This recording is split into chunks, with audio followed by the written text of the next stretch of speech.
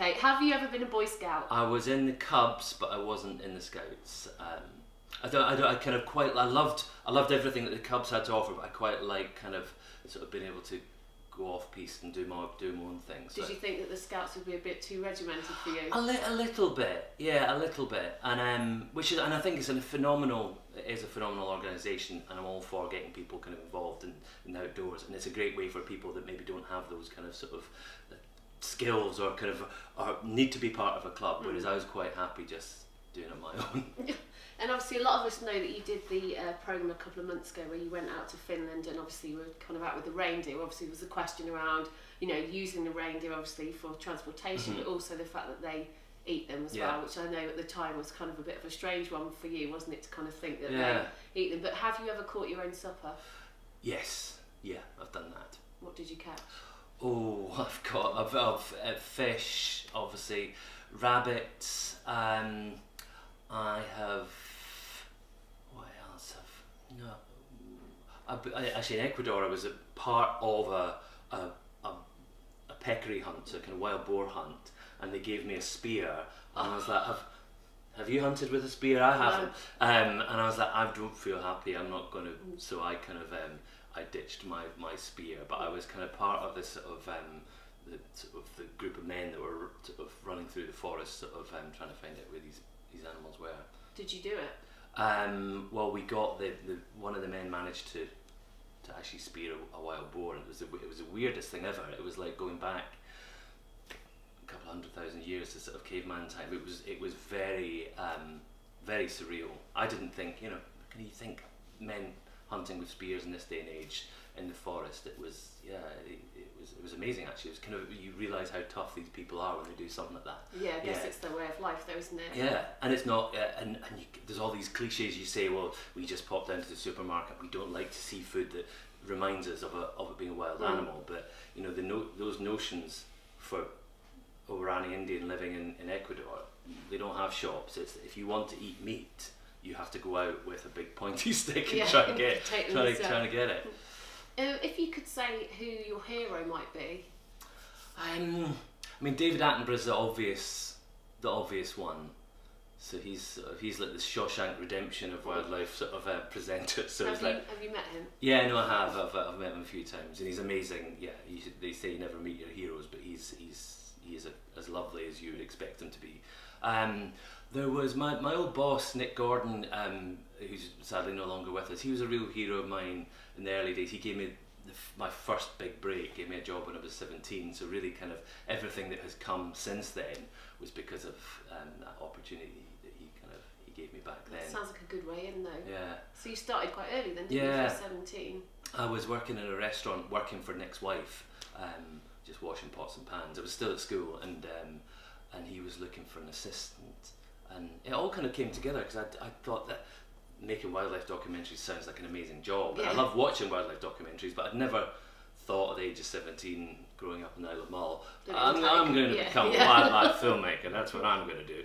And so when I met Nick, who was a wildlife filmmaker, I just thought, I said, how did you get into this? And he went a kind of very weird route and didn't have any formal training or kind of academic background. So yeah, we got on really well, and he offered me a job, and sort of that was it. I kind of left school and was off in Africa. That must have been a pretty amazing job. I bet your friends were quite jealous, weren't they? Do you know what? It was an amazing opportunity, but it was a lot harder than I ever imagined. I think at that age, leaving, I'd never been on a plane before. I'd never been to a foreign country, and to sort of leave everything that you know behind at the age of 17 for a year and a half. And be living in a tent on an uninhabited island, there's like a massive culture shock and mental shift. And so I was really homesick actually for that period, the first sort of first few years actually, because I think I was too young for such a big experience. What were you missing the most? I think just being with my friends and sort of everything that is going on in the lives of sort of 17, 18, 19-year-old, all of that stuff. And because I was just largely just with me and Nick in sort of in the wilds of Africa and then Brazil. So yeah, I just missed sort of being just do the normal stuff. Being a normal teenager. Going down the pub. Yeah, going down the pub. Yeah, because Nick said, just imagine like your 18th birthday, and people say, where were you? You say, I was in the Gola rainforest in Sierra Leone. I said, I'd rather just be in the pub with my friends than several years later. Just think, you could say, like, people say, where did you spend your 21st birthday? And you say it was in the Amazon. It's like, yeah, I'd still just like to be in the pub with my friends. So obviously we know that you've slept under the stars quite a lot, but if you had to choose a favourite place that you've camped, kind of wild, where would that be? Oh, well, recently, a couple of years ago, we did this series called Into the Wild. We took kind of well-known people, kind of sort of to wild parts of the UK, and we did one with Dermot O'Leary, and he's the loveliest man you could ever meet. And he's quite outdoors, and he does a lot of fishing, and he's sort of, he's sort of. I wasn't introducing him necessarily to something. Yeah, kind of known about those but things. We camped on the Isle of Rum, and Rum is a beautiful island, but Dermot was utterly blown away by this. It was kind of like, it was one of the most beautiful places that he'd ever been, and I think kind of having shared that experience and sort of, being the one to introduce him to this place, it was great. And we sat and we could have cut 2 tents, got a little fire going, we caught some mackerel, we had a bottle of wine, and I thought, this is pretty good. Cool. This is pretty good, and he was in heaven. So I thought, actually, I was really kind of pleased. I think it's great if you can be able to show someone something and have them completely in awe and wonder and kind of inspire them as well. And that we still haven't discovered so much that's on offer, kind of on our doorstep as well, have we? So. Yeah. And I think it is that. It's sort of the pleasure in life is sort of it's like giving presents. It's actually kind of, giving a present to someone that really loves it is better than you receiving one. Of course, it's the gift of giving, isn't it? Of course. And then, especially in the UK, there's so much out there that is just there waiting to be enjoyed. So it's nice, especially doing something like that for a program where people can go, wow, that looks amazing. It's right, it's right there. And I think that's what a lot of people that obviously read our magazine and watch our channels find. Obviously this caravanning is a passport to obviously the great outdoors, and it can kind of facilitate your hobbies as well. And obviously a lot of people, for example, are really into wildlife, so they might pitch up close to like a national park and things like that. And obviously that gives that kind of impetus. They've got the place to stay, and it just gives them a whole range of places to explore, really. I mean, obviously talking about towing and driving, that kind of thing. I mean, have you ever hitchhiked? Yeah, but kind of like not.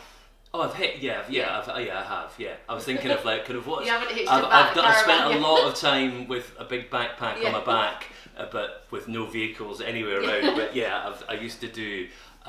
Being a miserly Scot, it was sort of like if you're in Plymouth and you're going to try to get back to Tobermory and Isle of Mull, why would you? It wasn't even a question. It was like, the trains, why would I pay? What, pay someone to take me somewhere? So yeah, the biggest hitch I did, I think, was from Plymouth to Mull. That's quite a long way. It was a long way. With the same person? No, but the weirdest thing of all, I left my friends in Plymouth, and they got, it was days before mobile phones, so they vanished. And I was sort of, I think must have been taking another route. So I kind of hopscotched up to, I think I got as far as Birmingham, and then got from Birmingham up to Carlisle. I got stuck in Penrith for like several hours, and then got from Penrith to Glasgow, and I had to overnight in Glasgow. And then there was a few hitches along the way, and I got onto Mull, and I thought I could spare the £1.40 whatever it was for the bus, and I was like, nope, I'm going to do it. Keep going. And I got from Craigmuir to Salon, which isn't even the whole journey home. I was like, oh, I've got to get a further hitch. Anyway, the final hitch, which was just the last 4 miles, stuck my thumb out, and a guy in a little camper van stopped, and he said, oh, hop in.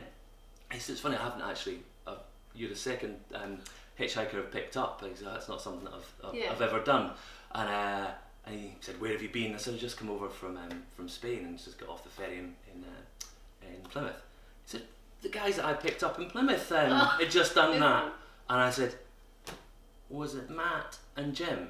Yes. And like, that's so weird. Yeah, it was 3 days apart by this point. This weird journey that had started kind of in Plymouth. That goes to show how generous and kind-spirited Caravanners and Motorhomers are, I think.